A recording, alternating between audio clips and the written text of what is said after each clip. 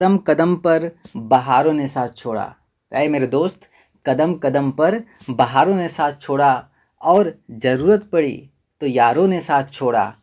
लेकिन लेकिन सितारे बोले हम देंगे साथ, मगर अफसोस सुबह हुई तो सितारों ने भी साथ छोड़ा। हेलो दोस्तों, कैसे हैं आप सब। स्वागत है आपका हमारे इस 9 बजे की क्लास में, जिसमें हम आज फिजिक्स का चौथा लेक्चर लेकर के आए हैं। ये मानते हुए कि हम तैयारी में अकेले हैं, ये मानते हुए कि हम पेपर में अकेले बैठेंगे, ये मानते हुए कि हमें अकेले ही अपने व्यक्तित्व का निर्माण करना है, अपने भविष्य को आगे लेके जाना है। आइए हम अपने सेशन की शुरुआत करते हैं। मेरे दोस्त, याद रखना कि जब आप तैयारी करते हो तो कोई आपका साथ नहीं देता है ना, लेकिन जब आपका सिलेक्शन हो जाता है तो सभी लोग साथ रहने की कोशिश करने लगते हैं। तो मेरे दोस्त, फिर भी किसी पे बिना उम्मीद किए आपको अपने ऊपर सेल्फ लव के साथ खुद से प्यार करते हुए अपने आप को इस तैयारी में झोंक देना है और अपने लक्ष्य के प्रति समर्पण की भाव रखते हुए हम लोग अपने ज़िंदगी को आगे संवारने की कोशिश करेंगे।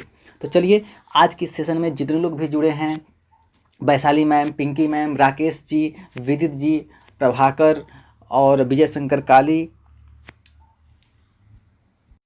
यदुवंशी जी, आप सबका बहुत बहुत स्वागत है। तो चलिए हम सेशन की शुरुआत करते हैं। और हाँ, यदि आप नए हैं तो प्लीज़ मेरे चैनल को आज नहीं बोलेंगे, ठीक है। आगे चलते हैं, ठीक है। ये हमारे ओहो, ये पहला क्वेश्चन आ गया हमारे पास। ये तो कंप्यूटर का आ गया, लेकिन कोई नहीं, सवाल है तो आप कीजिए, ठीक है। साथ ही साथ में आप ये बताइए हमें कि डीवीडी का फुल फॉर्म क्या होता है। इसके बाद बताइए आप हमें सीडी का फुल फॉर्म क्या होता है, ठीक। टीवी का फुल फॉर्म क्या होता है, आप जल्दी से बता दीजिए। और इस सवाल का भी करेक्ट आंसर बताइए। और आप ये बताइए कि एक एमबी में कितने केबी होता है। और साथ ही साथ में आप ये भी बता दीजिए कि एक जीबी में कितने एमबी होता है। और एक और बता दीजिए कि एक, ठीक है, इतना बताइए, जल्दी कीजिए। बिल्कुल सही। जितने लोग भी, राहुल जी भी जुड़े हुए हैं और ओम सर भी जुड़े हुए हैं, सर स्वागत है आपका। ये हो गया हमारे पास इसका ऑप्शन नंबर ए बिल्कुल से करेक्ट आंसर होगा, 8 बिट्स, ठीक है।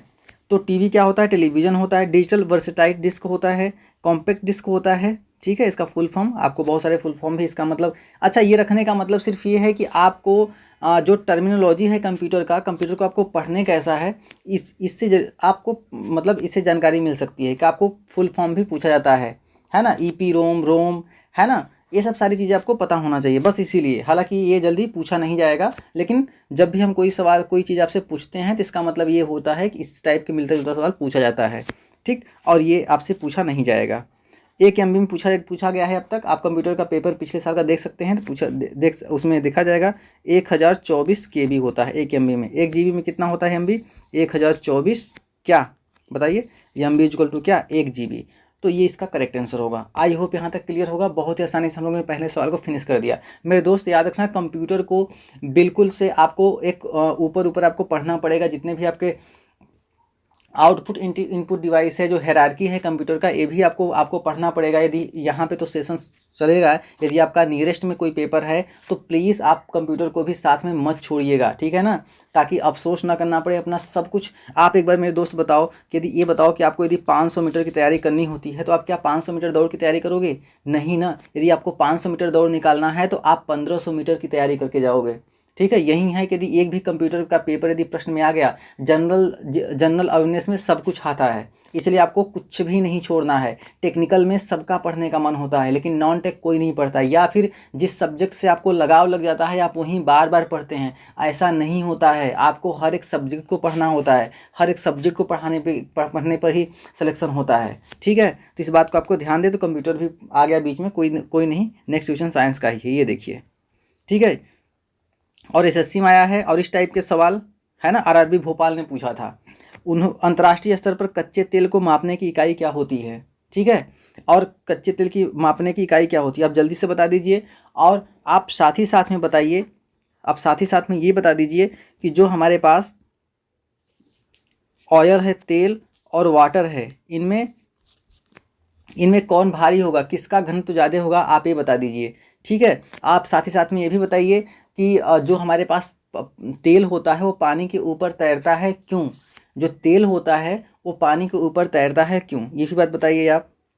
तो इसका जो करेक्ट आंसर होगा हमारे पास, जो अंतर्राष्ट्रीय स्तर पर जो कच्चे तेल को मापने की इकाई होती है वो क्या होता है हमारे पास? बैरल होता है, बैरल। ठीक है, तो यहाँ पे आपको जो ऑयल होता है वो ऑयल का डेंसिटी वो लो डेंसिटी का होता है। जैसे हम बात करें डीजल की, तो डीजल का जो स्पेसिफिक डेंसिटी होता है वो कितना होता है? 85 होता है। और हमारे पास जो पेट्रोल है उसका डेंसिटी जो होता है नियर अबाउट 0.75 होता है, और वाटर की 1 होता है।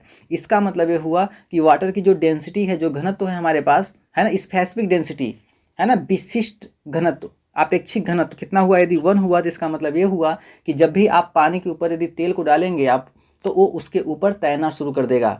ठीक है, तो ये बात आप हमेशा याद रखना। कॉन्सेप्ट में कई बार पूछा जाता है कि क्या कारण है कि जो तेल होता है वो पानी के ऊपर तैरता रहता है, तो आपका जवाब होगा सर अपेक्षित घनत्व कम होने के कारण। अरे बोलो हाँ कि ना, सेशन पसंद आ रहा है कि नहीं ये बताओ पहले। जितने लोग हैं सब लोग प्लीज़ पहले सेशन को लाइक कर दीजिए, और अपने जहाँ जहाँ आप जुड़े हैं हर जगह शेयर कर दीजिए। ठीक है, आगे चलते हैं।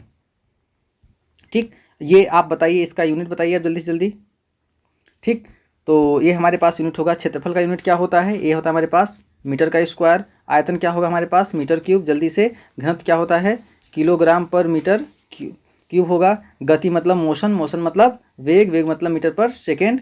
बल मतलब क्या होगा? बल, बल का होता है न्यूटन। न्यूटन को न दे करके यदि आपको दे दे ये भी किलोग्राम मीटर प्रति सेकेंड स्क्वायर, तो भी इसका मात्रक हो जाएगा।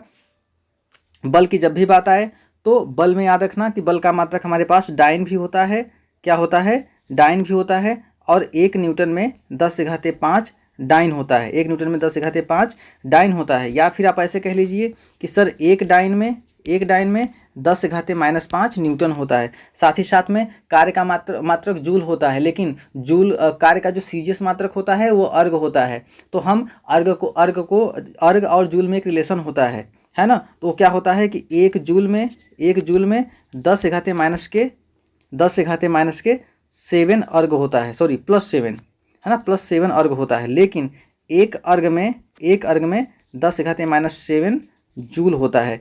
ये बात को भी आप याद रखना। ठीक है, ये पेपर में पूछा जाता है इसलिए मैं लिख रहा हूँ। ठीक, चलिए, साथ ही साथ में ये भी याद रखना कि जो बल है हमारे पास, तो बल की बीमा हमने बता रखा है क्या होता है? mL/T⁻² होता है। और बल का जो व्यंजक जो प्राप्त होता है वो न्यूटन के गति के जो तीसरा नियम है, क्या? F के ma से प्राप्त होता है। ठीक है, यहाँ द्रव्यमान क्या है? एक अदिश राशि है। त्वरण क्या है? एक सदिश राशि है। जब एक अदिश और एक सदिश का जब गुणा होता है तो जो राशि प्राप्त होती है वो एक सदिश होता है। लेकिन जब एक सदिश और दूसरा सदिश, दो सदिशों का जब गुणा होता है तो हमारे पास जो राशि प्राप्त होती है वो एक अदिश होती है। जैसे कार्य बराबर बल गुणे विस्थापन, तो बल भी यहाँ पे सदिश है, विस्थापन भी यहाँ पे सदिश है। जब दो सदिशों का गुणा होता है तो हमारे पास एक अदिश राशि प्राप्त होती है। आरआरबी जेईई में पूछा जा चुका है, ये बात याद रखिएगा। ठीक है, चलिए आगे चलते हैं। हम बल आघूर्ण की बात करें।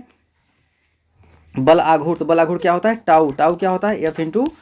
बल गुणे विस्थापन, लंबवत दूरी होता है, इसका मात्रक क्या हो जाएगा मेरे लाल? Newton metre. और न्यूटन मीटर को क्या लिखते हैं हम? जूल लिखते हैं। ठीक है, न्यूटन मीटर को हम जूल लिखते हैं। दाब प्रतिबल, दाब प्रतिबल की बात करें तो दाब क्या होता है? वहीं P=F/A, तो निकाल लीजिए यूनिट। बल का मात्रक क्या होगा? न्यूटन। एरिया का मात्रक मीटर स्क्वायर, मतलब न्यूटन पर मीटर स्क्वायर। कार्य ऊर्जा उष्मा का मात्रक क्या होता है? जूल होता है। ये मत कहना कि सर आप बहुत इजी पढ़ा रहे हैं, है ना। बस आप एक बार रिवीजन कीजिए, रिवीजन बैच है, ठीक है ना। जब कॉन्सेप्ट की बात आएगी, जब आरआरबी जेईई का बैच आएगा, आरआरबी की वैकेंसी कोई भी आएगी, तो हम लोग साइंस का पोस्टमार्टम कर देंगे, समझ रहे हैं ना आप। चिंता बिल्कुल मत करिएगा। लेकिन यहाँ पे रिवीजन बैच है, एज ए जनरल हम लोग को ये आना चाहिए, क्योंकि हम लोग कंपटीशन हम लोग क्रैक करना है। ठीक है, तो इतना आपको आना चाहिए। पावर की बात करें तो पावर देखिए क्या होता है? शक्ति, है ना। जो पावर होता है, पावर क्या होता है ना। तो P= क्या होता है? W/T होता है। तो ये क्या है? एक कार्य है हमारे पास। कार्य का मात्रक क्या होता है? Newton metre. अपान के टी का यूनिट क्या हो जाएगा? ये हो जाएगा सेकेंड। तो न्यूटन मीटर पर सेकंड, या फिर न्यूटन मीटर को हम क्या कहते हैं, जूल, तो जूल प्रति सेकंड क्या होता है, शक्ति का मात्रक होता है, या इसे ही कहते हैं क्या, वाट। क्या कहते हैं हमारे पास, वाट। और कई बार हमने पूछा है कि पूछा गया था 2 हार्स पावर में कितने वाट होते हैं, तो आपको ये पता होगा कि 1 हार्स पावर में कितना होता है, 746 वाट। ये तो सबको पता है, लेकिन रेलवे ने आपके साथ गेम क्या खेल दिया, कहा कि 2 हार्स पावर में, और बच्चों को इतना जल्दी जल्दी रहती है कि उन्होंने देखा नहीं कि 2 पूछा है कि 1 पूछा है, उन्होंने तुरंत 746 वाट पे टिक कर गए और आके यहाँ पे सत्यानाश कर लिया अपनी ज़िंदगी का। ठीक है, आप मत करिएगा, थोड़ा सा 1 सेकंड और दे दीजिएगा और क्वेश्चन को सही करिएगा। ठीक है, और यहाँ पे आपको यहाँ पे क्वेश्चन क्या, 2 हार्स पावर पूछा गया था, 2 × 746 करना चाहिए था। ओके, आई होप क्लियर होगा। यहाँ पे कोण का मात्रक क्या होता है मेरे लाल, कोण का मात्रक होता है हमारे पास रेडियन। कोण का मात्रक क्या होता है, रेडियन। लेकिन घन कोण का मात्रक क्या होता है, घन कोण का मात्रक होता है स्टेडियन। बोलो हाँ कि ना, यहाँ तक सबको क्लियर हुआ। वैशाली, पिंकी, राकेश, यदुवंशी, प्रभाकर, राहुल, सबको क्लियर है कि नहीं, जल्दी बताओ। जितने लोग भी जुड़े हैं आप सबका, जितने लोग नए बच्चे हैं आप सबका स्वागत है। आप लोग डेली आए कीजिए इस सेशन में। ठीक है, चलिए आगे चलते हैं। ये रहा 18 carat gold is an, 18 carat स्वर्ण में क्या होता है, जल्दी बताओ आप, जल्दी बताइए आप। 18 कैरेट गोल्ड में, है ना, ठीक है, आप ये बता दो कि, जल्दी बताइए आप। इसका जो करेक्ट आंसर होगा हमारे पास ऑप्शन नंबर सी क्या होगा इसका करेक्ट आंसर। जितने लोग भी ऑप्शन नंबर सी कर रहे हैं बिल्कुल सही है, जितने लोग गलत दे रहे हैं फिर भी कोई बात नहीं, नेक्स्ट बार ऐसा नहीं होना चाहिए। ठीक है, हमारे पास क्या होगा 18 कैरेट स्वर्ण में, है ना। एक कमेंट, एक ये बताओ आप कि रोल्ड, आपने रोल गोल का नाम सुना है क्या, बहुत लोग के मुंह से रोल गोल, है ना, तो और रोल गोल नहीं होता, वो रोल्ड गोल्ड होता है, रोल्ड गोल्ड। इसका स्ट्रक्चर कोई बताएगा क्या, कि इसमें कितना कितना क्या क्या मात्रा में क्या क्या कौन कौन से तत्व होते हैं, जल्दी कोई बताएगा क्या, रोल्ड गोल्ड में। ठीक, ये लीजिए, ये आपके लिए है मेरे दोस्त, आप याद रखना। ठीक है ना, ये मैं क्वेश्चन के माध्यम से नहीं, एक टेबल फॉर्म में दे रहा हूँ, क्योंकि मुझे लगा कि आपको ये आना चाहिए। देखो, जब भी तापमान की बात आई थी, है ना, तो तापमान हमारे पास 4 वैज्ञानिकों ने दिया था, सबसे इंपॉर्टेंट। एक दिया था हमारे पास र्यूमर ने, है ना, और उसके बाद कैल्विन ने, सेल्सियस ने और फ़ारेनहाइट ने। 4 पैमानों पे हमको टेम्परेचर को मेजरमेंट करते हैं, और एक टेम्परेचर आप अपने से भी बना सकते हैं। ठीक है, जब भी आप बीटेक करोगे, जब भी आप डिप्लोमा किए होगे, तो एक ऐसा थर्मल इंजीनियरिंग में ये ऐसा प्रोजेक्ट आएगा, या फिर आपके दिमाग में ऐसा डेवलप हो जाता है कि यार मैं भी अपने नाम का एक टेम्परेचर स्केल बना दूँ, जिसका मेल्टिंग पॉइंट और बॉइलिंग पॉइंट आप रख सकते हैं अपने हिसाब से। आपको देखना है, ठीक है, चेंज करके कोई इशू नहीं है, हो जाता है। तो देखिए यहाँ पे क्या याद करना है आपको, कि जल का जमना सेल्सियस पे कितना होता है 0 डिग्री, फ़ारेनहाइट पे कितना होता है 32 फ़ारेनहाइट, और केल्विन पे कितना होता है 273, और र्यूमर की बात करें तो 0 र्यूमर, है ना। यहाँ पे हमने र्यूमर को भी बना दिया, है ना। वहीं बात करें पिघलने की, जल उबलता कब है 100 डिग्री पे, यहाँ पे 100 हो जाएगा, 32 क्या हो जाएगा 232 डिग्री सेंटीग्रेड फ़ारेनहाइट हो जाएगा। केल्विन कितना हो जाएगा 373, मतलब पानी केल्विन पैमाने पे कितने पे उबलता है 373, लेकिन र्यूमर पे 80 र्यूमर। ये भी बात आप याद रखना।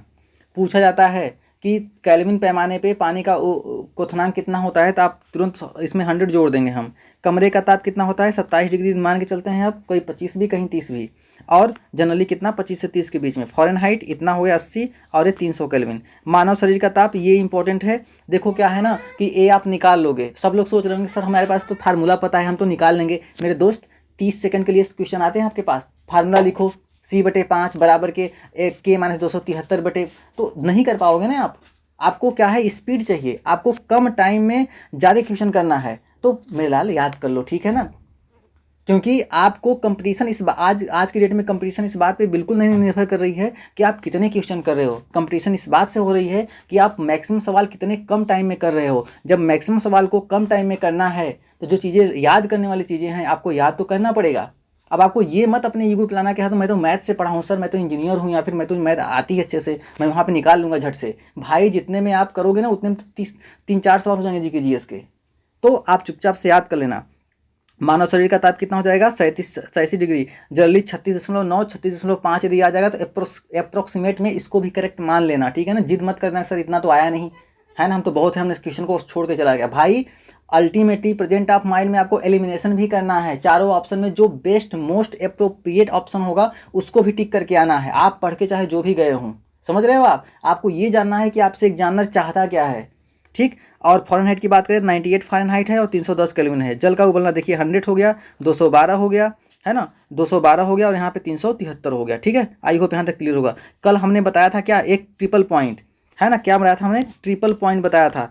ट्रिपल पॉइंट वो होता है जहाँ पे सॉलिड, लिक्विड, गैस तीनों फेज एग्जिस्ट करते हैं और टेम्परेचर कितना है, 0.01 डिग्री सेंटीग्रेड। ये बात भी आप याद रखना। ठीक है, आगे चलते हैं। टेस्ला किसकी इकाई है, बताओ टेस्ला किसकी इकाई है, जल्दी बताइए आप। टेस्ला चुंबकीय प्रवाह की इकाई है, प्रेरण की इकाई है, चुंबकीय क्षेत्र की इकाई है, समय की इकाई है, जल्दी बताओ, जल्दी सब लोग कमेंट बॉक्स में करिए। तो इसका जो करेक्ट आंसर होगा हमारे पास, जल्दी कीजिए सभी लोग।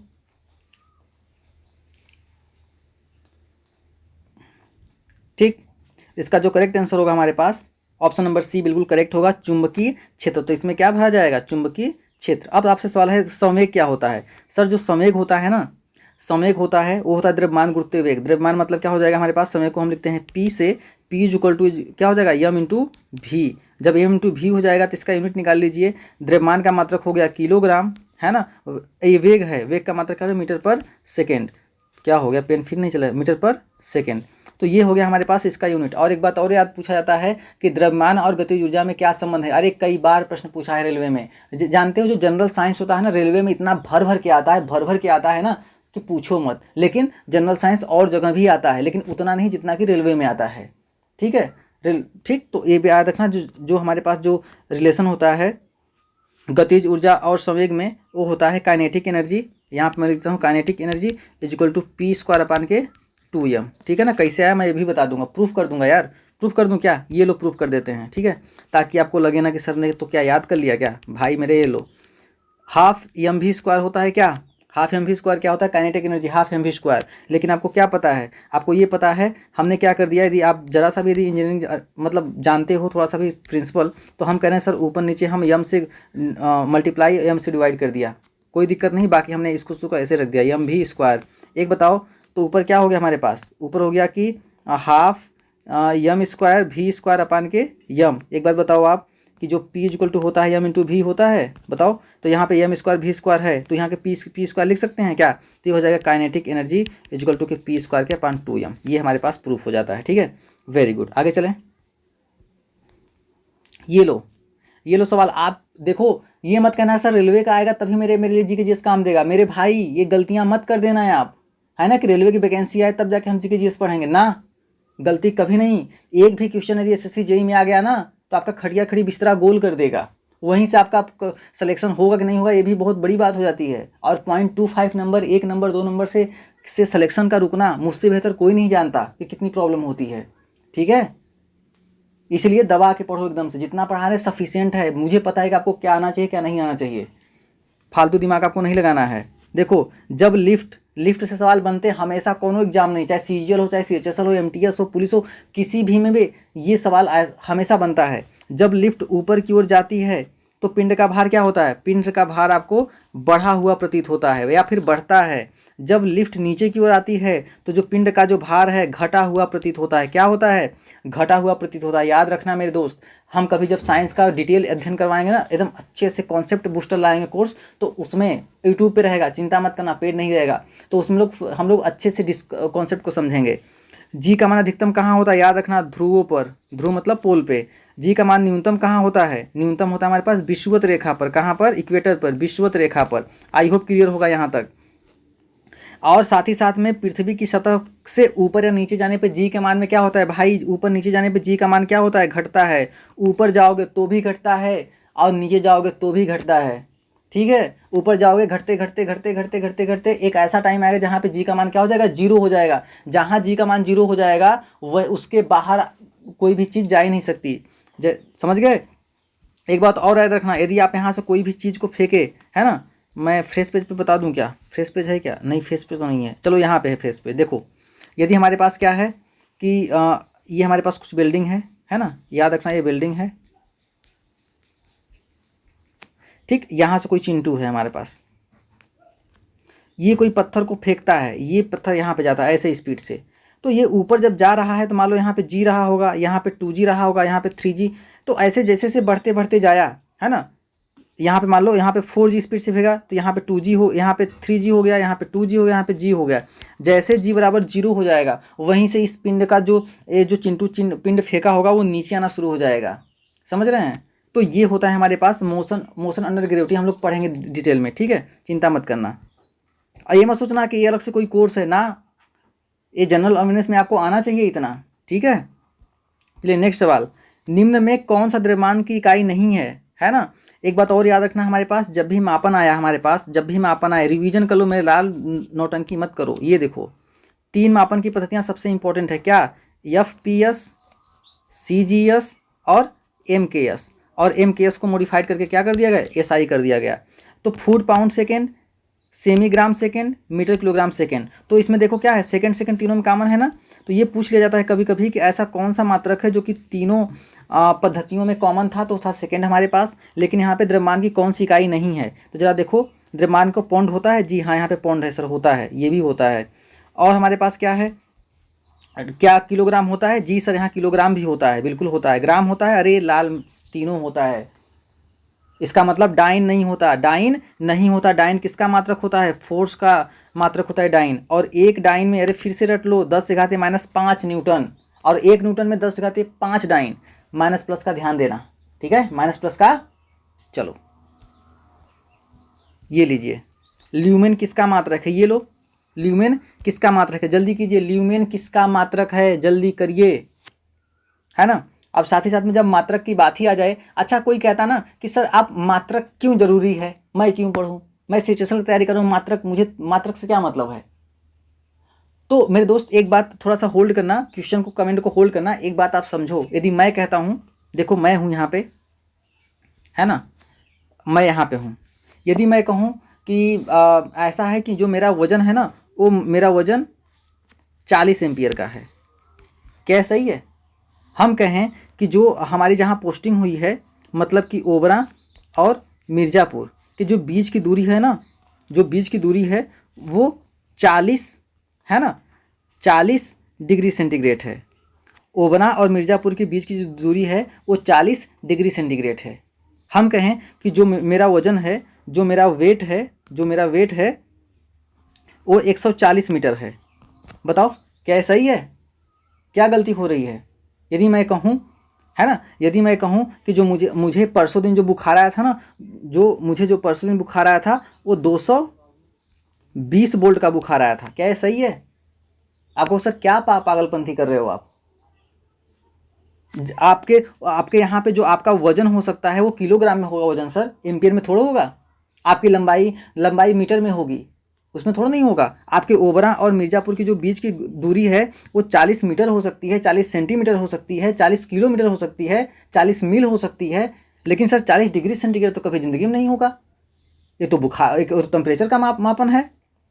हम कहें कि मेरा वजन 140 मीटर है, क्या सही है, नहीं सर। आपकी लंबाई जो होती है वो 140 मीटर हो सकती है, 140 फीट हो सकती है, 140 सेंटीमीटर हो सकती है, लेकिन 140, है ना, वजन 140 मीटर, वजन 140 मीटर नहीं हो सकता। लंबाई हो सकती है, लेकिन यहाँ पे केजी होना चाहिए, सेमीग्राम होना चाहिए, पाउंड होना चाहिए। 200 आपको जो बुखार था सर, ये डिग्री सेंटीग्रेड में बुखार मापा जाता है टेम्परेचर, तो वोल्ट कहाँ से आ गया। इसका मतलब कि आपको अच्छे से मात्रक को पढ़ना दिया, आप जरा सा मात्रक में गलती कर दिए तो पूरा खेल पलट जाएगा। समझ रहे हैं आप, ठीक है। इसका जो करेक्ट आंसर होगा हमारे पास ज्योति फ्लक्स, है ना, इसका जो करेक्ट आंसर होगा हमारे पास ज्योति फ्लक्स, ठीक है। आगे चलते हैं, ये लो, ये उपकरण दिए गए हैं और इधर आपको बताना है कि इसके रूपांतरण करने पर इसका नाम क्या होगा, है ना। तो ऐसा नहीं, आपको लूसेंट जितने भी मार्केट में बुक हैं सब बुक को निचोड़ करके हम लेके आ रहे हैं, ठीक है ना। तो देखो, यांत्रिक ऊर्जा को विद्युत ऊर्जा में कौन बदलता है, यांत्रिक ऊर्जा। आपने पहले जनरेटर में हैंडल मारा, जनरेटर चला दिया, मतलब मैकेनिकल एनर्जी दिया, मैकेनिकल एनर्जी से इलेक्ट्रिकल एनर्जी मतलब जनरेटर। तो क्या कहते हैं इसे, जनरेटर, जनित्र भी बोलते हैं इसे, है ना। गंगाराम मांगे लान, याद रखना, जनरेटर में राइट हैंड रूल, मोटर में लेफ्ट हैंड रूल। मोटर क्या होता है, इलेक्ट्रिकल कम मैकेनिकल डिवाइस, इलेक्ट्रिकल लेता है मैकेनिकल देता है। जनरेटर क्या होता है, मैकेनिकल कम इलेक्ट्रिकल डिवाइस, मतलब मैकेनिकल लेता है इलेक्ट्रिकल देता है, जबकि मोटर इलेक्ट्रिकल लेता है मैकेनिकल देता है। बताओ जनरेटर क्या करता है, मैकेनिकल वर्क करके इलेक्ट्रिकल देता है, तो मतलब मैकेनिकल कम इलेक्ट्रिकल डिवाइस। रासायनिक ऊर्जा को प्रकाश एवं ऊष्मा ऊर्जा में, बताओ क्या है रासायनिक ऊर्जा को प्रकाश एवं ऊष्मा ऊर्जा में, क्या है मोमबत्ती है, क्या है मोमबत्ती है। ध्वनि ऊर्जा को विद्युत ऊर्जा में, ध्वनि ऊर्जा को विद्युत ऊर्जा में, ये क्या होता है ध्वनि ऊर्जा विद्युत ऊर्जा में, माइक्रोफोन जो होता है ना, हेलो चेक बोलते हो आप माइक में। विद्युत ऊर्जा को ध्वनि ऊर्जा में, हो गया ठीक है। विद्युत ऊर्जा को ध्वनि ऊर्जा में, ये होता है लाउड स्पीकर, क्या होता है लाउड स्पीकर देखो क्या, ये लाउड स्पीकर होता है, ठीक है, ये लाउड स्पीकर। विद्युत ऊर्जा को प्रकाश ऊर्जा में, क्या होता है ये, ट्यूबलाइट या एलईडी। अच्छा बल्ब की बात करें ना तो विद्युत ऊर्जा को ऊष्मा ऊर्जा में बदलता है, बल्ब क्या करता है विद्युत ऊर्जा को ऊष्मा ऊर्जा में बदलता है, ये बात पेपर में आ चुका है ना।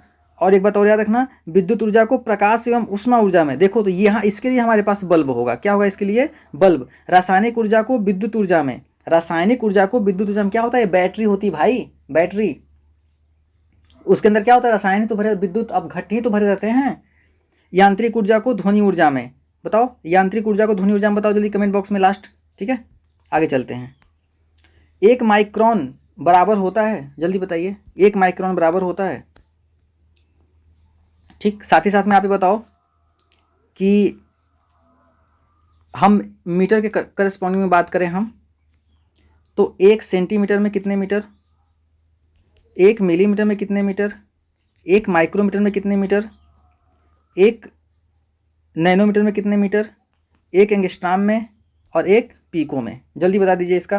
तो इसका जो करेक्ट आंसर होगा हमारे पास ऑप्शन नंबर ए इसका करेक्ट आंसर होगा। तो 1 सेंटीमीटर में कितना होगा 10⁻² मीटर, एमएम में की बात करें 10⁻³ मीटर, माइक्रोन 10⁻6 मीटर, है ना।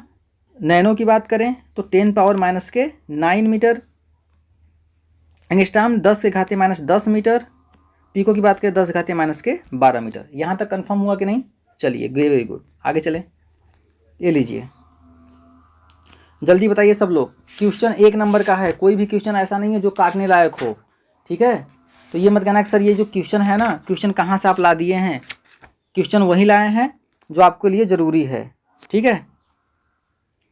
वायुयान तथा मोटर नाव की गति मापने वाले उपकरण का नाम क्या है, इसका नाम नोट कर लीजिए आप, इसका नाम नोट कर लीजिए, इसका नाम होता है हमारे पास टेकोमीटर, क्या होता है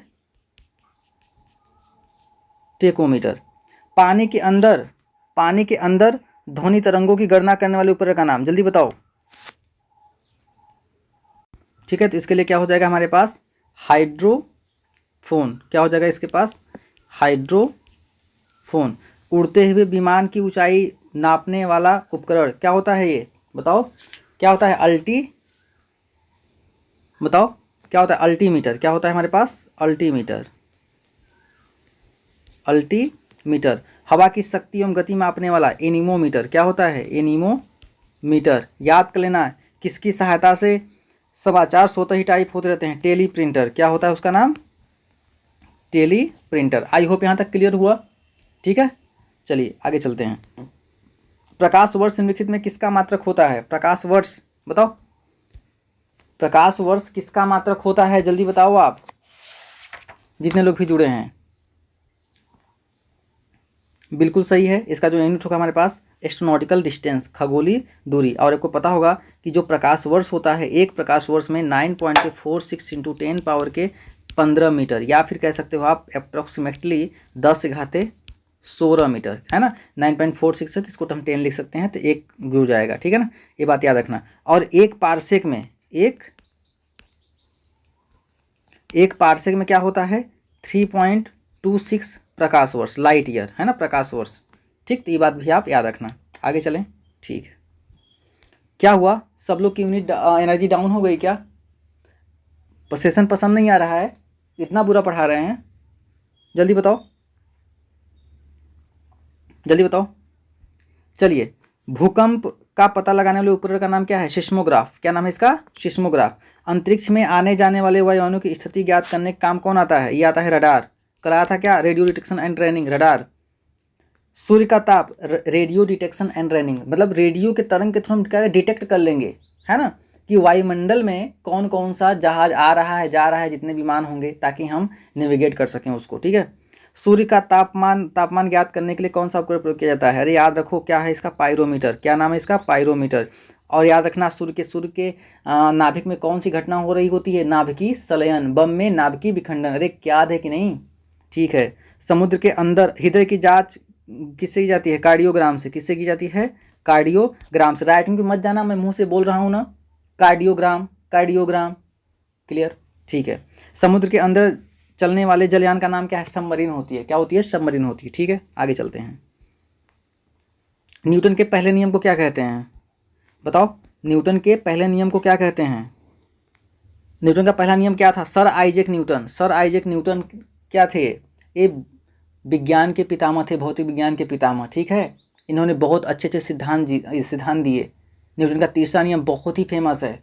इस न्यूटन के तीसरे नियम के अनुसार हम लोग बहुत कुछ, नाव से उतरना, रॉकेट का लॉन्च करना, बंदूक का चलना, ठीक है, घर्षण का चलना। आप जो सड़क पे चल पा रहे हो, गिर नहीं पा रहे हो, है ना। तो न्यूटन का जो पहला नियम था वो यदि कोई वस्तु स्थिर है तो स्थिर ही रहेगी, गतिमान है तो गतिमान ही रहेगी, जब तक उस पर बाह्य बल न लगाया जाए। ये था जड़त्व का नियम। ठीक है, ऑप्शन नंबर 4 क्या होगा? बिल्कुल करेक्ट होगा। ठीक है। आघूर्णों का नियम है ना, इसको हम लोग डिटेल में पढ़ेंगे। ठीक। ऊर्जा का नियम, ठीक, लॉ ऑफ एनर्जी। और मोमेंटम क्या था इसका? समय का यूनिट हमने क्या बताया? किलोग्राम मीटर पर सेकेंड। ठीक है। ऊर्जा का मात्रक क्या होता है? जूल होता है। आघूर्ण मतलब क्या था? न्यूटन इंटू मीटर मतलब जूल। करेक्ट। ये लो। द्रव का आपेक्षिक घनत्व नापने ज्ञात करते हैं किससे? बताओ, द्रव का आपेक्षिक घनत्व किससे ज्ञात करते हैं? हाइड्रोमीटर से। क्या किसे कहते हैं हम? हाइड्रो। देखो याद रखना, यहाँ पे मैं बोल रहा हूँ हाइड्रो। हाइड्रो मतलब होता है पानी, हाइड्रोमीटर। वायुमंडल में व्याप्त आर्द्रता मापी जाती है। यहाँ पे लिखो, मैं वहीं लिखूंगा, हाइग्रो लिखूंगा, लेकिन हाइग्रोमीटर। देखो, हाइड्रोमीटर। हाइड्रो मतलब हाइड्रोफोबिया, जिसको पानी से डर लगता है ना, उसको हाइड्रोफोबिया यूज करते हैं। जानते हो, जब किसी को कोई कुत्ता काट लेता है तो उसमें क्या होता है? रेबीज वायरस का नाम क्या होता है? रेहेब्डो वायरस। तो रेबीज की वजह से, है ना, जब कुत्ता काट लेता है तो जिसको कुत्ता काट लेता है उसे पानी से डर लगता है ना, पानी से डर लगता है, तो उसे कहते हैं हाइड्रोफोबिया। हाइड्रो मतलब पानी, है ना, एक लैटिन वर्ड है। हाइड्रो मतलब पानी। तो हाइड्रो, ये भी याद रखना।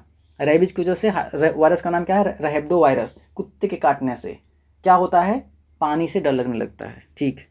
कार, ट्रक आदि वाहनों में लगा गति को प्रदर्शित करने वाला उपकरण क्या होता है? स्पीडोमीटर होता है। क्या होता है? स्पीडोमीटर। ये छूट गया क्या? समुद्र की गहराई, फैदोमीटर। याद कर लो भैया मेरे लाल, फैदोमीटर। ठीक। वर्षा नापने वाला उपकरण क्या है? ये रेन गेज है। क्या है? Rain gauge. जैसे रेनकोट समझते हो ना, रेनकोट मतलब जब बारिश हो तो आप रेनकोट पहन लिया करो। ठीक है, नहीं भीगोगे। अब बारिश में भीगने का मौसम, यदि रिमझिम बारिश हो रही है तो बात ही अलग है। अब कोई साथ में हो जाए तो मज़ा ही कुछ दूसरा हो जाए। तो इसलिए रेनकोट और ये सब नहीं, रेन गेज की बात करें, रेन गेज के थ्रू हम क्या करते हैं? वर्षा को माप सकते हैं। आई होप क्लियर हुआ। ठीक है। दूध को मथने से क्रीम के अलग हो जाने का कारण क्या है? अरे बहुत इंपॉर्टेंट है। दूध के centrifugal force, friction force, gravity force, shining force, है ना। ठीक है। अरे ग्रेविटी फोर्स वही है। अब ग्रेविटी फोर्स जैसे मान लो, देखो यहाँ पे कोई हमारे पास ये हो गया, इतना बड़ा मंजिला हो गया, यहाँ पे एक दोस्त था चिंटू, और ये गया चिंटू को फुसला के मेरे, और यहाँ पे क्या कर दिया? चिंटू को ऊपर से फेंक दिया, मंजिल पे ले गया, चलो दोस्त थे दोनों, फेंक दिया। तो ये जो चिंटू नीचे आ रहा है, कौन से बल की वजह से? गुरुत्व बल की वजह से। ठीक है। घर्षण बल, यदि हमारे पास चिंटू है ना, यदि ये पृथ्वी पे चल पा रहा है तो घर्षण बल की वजह से चल पा रहा है। आपके जो टायर हैं, टायर में जो स्क्रैच बने होते हैं घर्षण उत्पन्न करने के लिए, स्लीपर में जो स्क्रैच बने होते हैं घर्षण उत्पन्न करने के लिए। ठीक है। घर्षण यदि ना हो ना तो बिल्कुल से, है ना, लाइफ कैसे होगी इमेजिन, कल्पना करो, सब फिसलते ही रहेंगे, हाँ, इधर उधर। ठीक है, मतलब मैं फिसलने की बात कर रहा हूँ। ठीक है। इसका जो करेक्ट आंसर होगा हमारे पास सेंट्रीफ्यूगल फोर्स, अपकेंद्री बल। बहुत बढ़िया बात है। ठीक है। ये लो। ध्वनि की वह विशेषता जो एक मादा ध्वनि को नर ध्वनि से भिन्न करती है। अच्छा, ये पता है क्या? बताओ। एक हमारे पास क्या बताएं, चलो ठीक है, ये हमारे पास चिंटू है, ये चिंटू है ना। एक हमारे पास ये है। अब कोई गलत नहीं सोचेगा, ठीक है, बस सिंपल सी, है ना। ये तो चिंटू जरूर इस बात को ध्यान देगा कि ये जरूर कहेगा कि मान लो इसका नाम हमने क्या दे दिया, हमने जूली नाम दे दिया इसका, चलो जूली है, ये चिंटू है। तो चिंटू जरूर एक बात गौर कर रहा था कि यार जो मेरी आवाज़ है उसका जो मैं जो बोलता हूँ तो आवाज़ काफ़ी मोटी है, लेकिन जब जूली हमसे हेलो कहती है तो उसका आवाज़ तो काफ़ी पतला रहता है। चिंटू समझ नहीं पाया। अब ये समझने के लिए चिंटू ने पूरा जीव विज्ञान पढ़ रखा, तब उसके बाद उसे समझ में अच्छा ये प्रॉब्लम है, जींस की प्रॉब्लम है। तो इसका जो करेक्ट आंसर होगा हमारे पास स्टार, तारत्व। जो तारत्व होता है यही वो मतलब कि यही वो कारण है जिसकी वजह से महिलाओं की जो आवाज़ होती है काफ़ी सुरीली होती है, काफ़ी पतली होती है, और हम लोगों की आवाज़ बहुत मोटी होती है।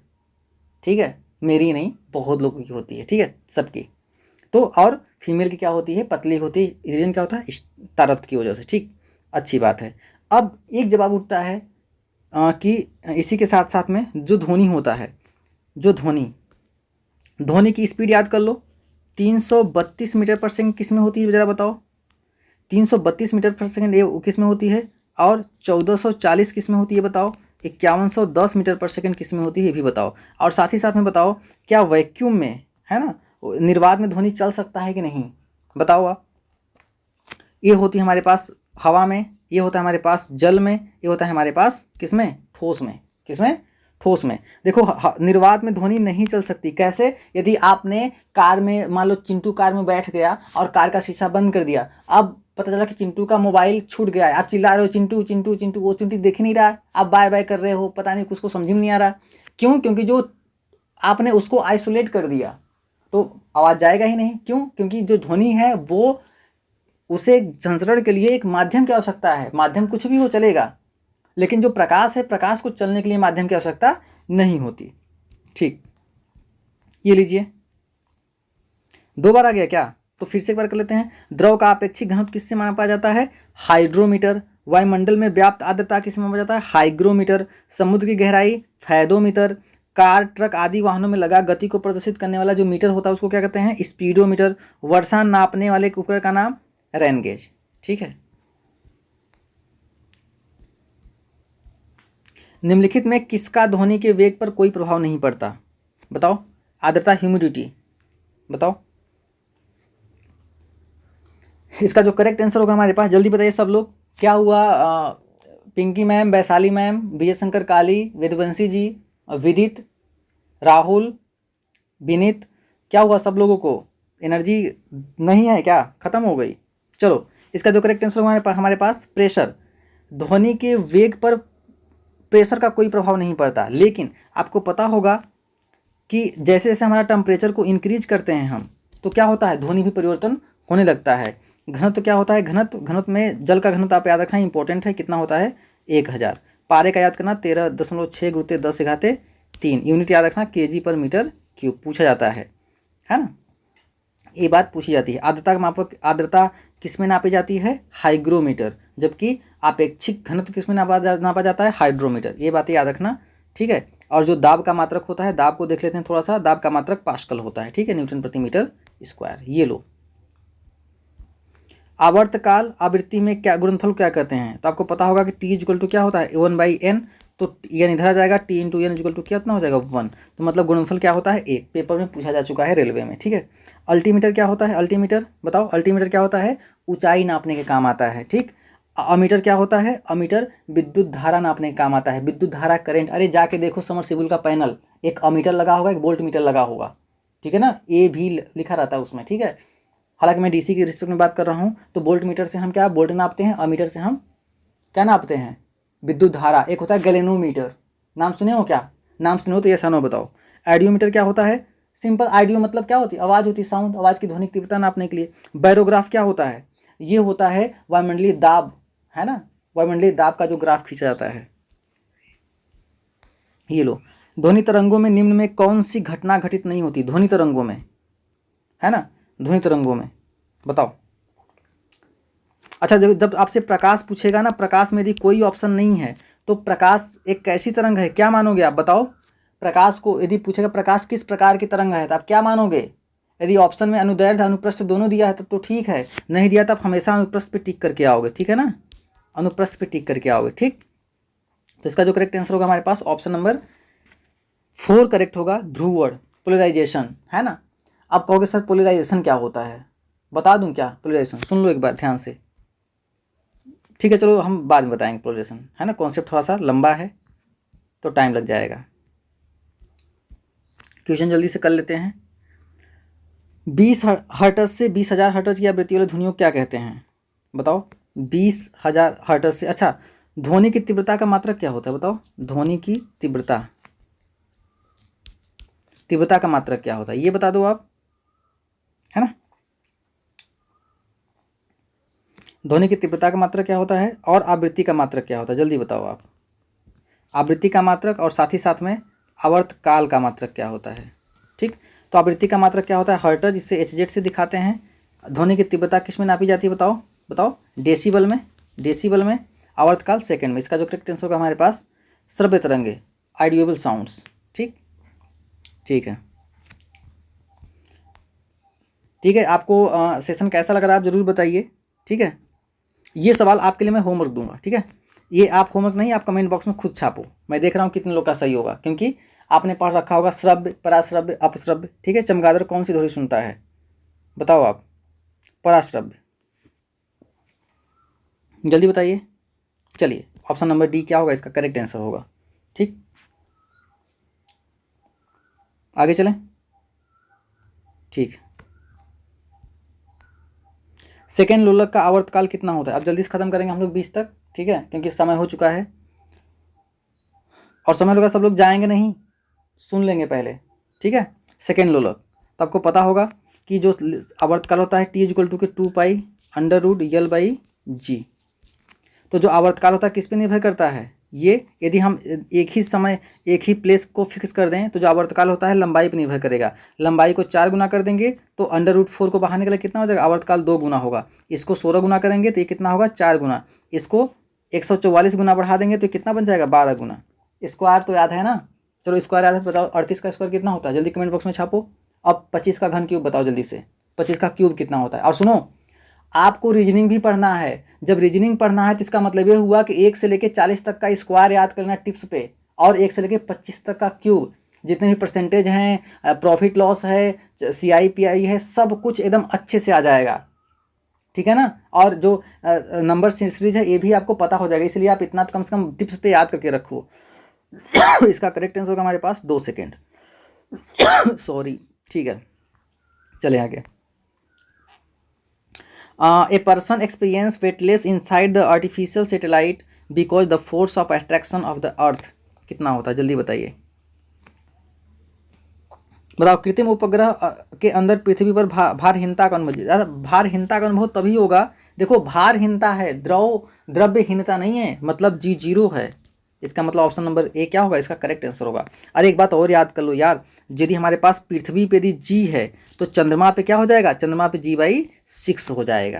क्लियर हुआ यहाँ तक, वेरी गुड। अभिकेंद्र बल कौन सा बल होता है, अभिकेंद्र बल वो बल होता है कि जब भी आप किसी सड़क पे जहाँ पे मोड़ होता है वहाँ पे मुड़ते हो तो आप अंदर की तरफ झुक जाते हो, या जब भी कोई सड़क बनाई जाती है तो बाहरी किनारा ऊंचा और भीतरी किनारा नीचा बनाया जाता है। आप जरा गौर से देखना, ठीक है, ताकि आपको अभिकेंद्रीय बल प्रदान हो सके घूमने के लिए, ठीक। चंद्रमा पर कोई अंतरिक्ष यात्री नली की सहायता से नींबू का शरबत क्यों नहीं पी सकता। यार कोई भी आदमी चंद्रमा पे नींबू का शरबत ही नहीं, कुछ भी नहीं पी सकता। क्या, कुछ भी नहीं पी सकता, क्योंकि वहाँ पे वायुमंडल नहीं है। यदि आपको वहाँ पे छोड़ दिया जाएगा ना तो तुरंत आप फट जाओगे, ठाक से तुरंत, समझ गए। आपको ले जाके वहाँ पे यदि आपको ऐसे मतलब कि जो प्रेशर से जो प्रोटेक्ट करते हैं, ऐसा आपको पैराशूट, आप नील आर्मस्ट्रांग को देखो क्या, बोरिया बिस्तरा लेके कैसे मतलब है, आपने फोटो देखा होगा क्या, वो बिल्कुल से वो जो कपड़े बंदे स्पेशल डिजाइन किए जाते हैं, ठीक है, क्योंकि जहाँ पे वायुमंडल ना हो तो आपका जो बॉडी का प्रेशर है, बाहर तो प्रेशर ही नहीं है, तो ऑटोमेटिक तुरंत क्या हो जाएगा, आप तुरंत फट जाओगे, ठीक।